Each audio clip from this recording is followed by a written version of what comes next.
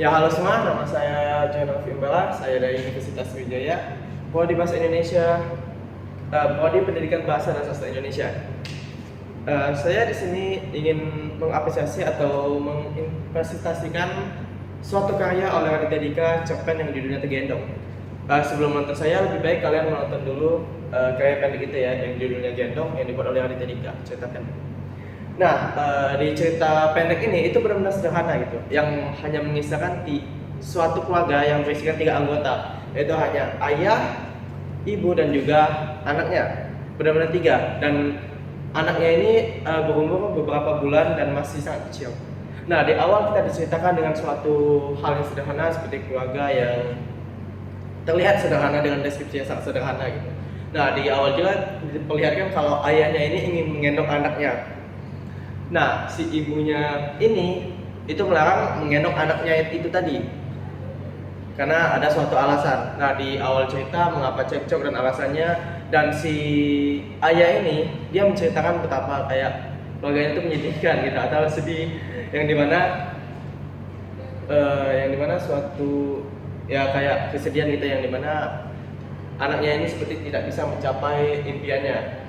Nah, dan juga diceritakan sangat detail gitu bahwa keluarga ini tuh benar-benar sangat sederhana dan juga dia tidak ingin iri dan segala macamnya. Di tengah cerita juga ternyata diceritakan mulai pelan-pelan bahwasannya alasannya itu mulai terungkap, yang dimana si ayahnya ini ternyata bekerja di suatu pabrik atau konduktor pembangunan. Jadi dijelaskan juga si istrinya ini mempunyai kekuatan, yaitu dari supranatural. Dia bisa melihat suatu hal yang mistis.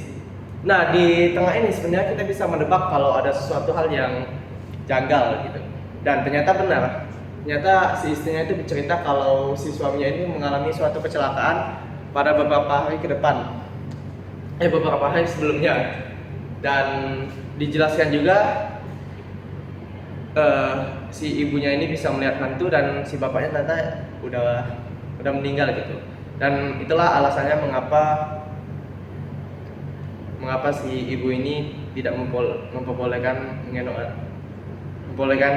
si suaminya untuk menggendong anaknya, karena saat si suami ingin menggendong anaknya ternyata tangannya tembus. Sebenarnya cerita ini sangat perlahan sekali, benar-benar dari awal yang mengisahkan suatu ayahnya yang menceritakan betapa susahnya hidup dia, dan juga si ibunya ini melarang, tapi si ibunya ini juga memperjelaskan gitu kalau dia tidak punya menyesal, sedangkan si ayahnya ini kayak merasa bersalah, sedangkan ibunya tidak sama sekali. Si istrinya itu maksud saya.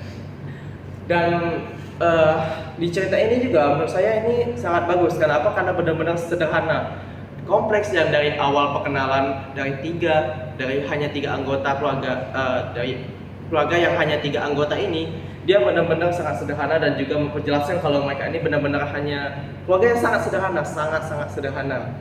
Nah, dan juga si ayah ini yang sangat berjuang biar keluarganya tidak susah dan tidak apa, dan juga dia tidak ingin anaknya itu selalu merasakan yang di bawah lah gitu. Jadi dia ingin yang terbaik untuk si keluarganya. Sedangkan si istrinya ini memperlihatkan kalau istri itu yang bisa menerima apa adanya, yang dia selalu bersyukur apapun yang dia punyai, apapun yang dia dapatkan, apapun yang dimiliki oleh si suami. Tidak ada benar-benar penyesalan dari ini. Nah, dari kisah ini juga menurut saya ini bisa dibilang agak plot twist ya, karena ya di awal mungkin kita agak kesal kenapa si istrinya ini tidak memperbolehkan suaminya untuk menggendong anaknya, kenapa gitu. Dan di situ udah menjadi suatu titik tanya, dan ternyata perlahan-lahan diungkapkan dengan secara lebih baik, yang dimana ternyata si istrinya ini bisa melihat suatu hal, dan juga dijelaskan dengan baik kalau suaminya ini ternyata sudah kecelakaan dan dia tidak sadar bahwa dirinya sudah menghilang dari bumi, dan ternyata hanya kisahnya juga. Nah, walaupun cerita ini sebenarnya sangat pendek, bisa dibilang pendek daripada cerpen-cerpen Raditya Dika yang lain, tapi menurut saya ini yang benar-benar lebih baik karena secara kompleks, padat, dan juga jelasnya itu sangat baik gitu. Nah, dan juga dari sini juga benar-benar kayak misalnya kalau keluarga sederhana itu tidak selamanya ini, tapi malah lebih baik dan juga dikisahkan dengan baik dan juga perlahan-lahan. Saya sangat senang dengan storytellingnya yang awalnya itu kayak pelan, tengah-tengah alasannya dan sedikit dibikin kenapa sih alasannya, tapi ujung-ujungnya diberitahu dengan sangat jelas dan lebih baik.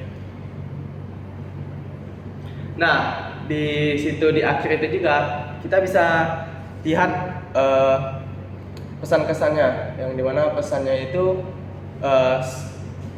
memang kita akan selalu berusaha yang terbaik, tapi takdir berkata lain.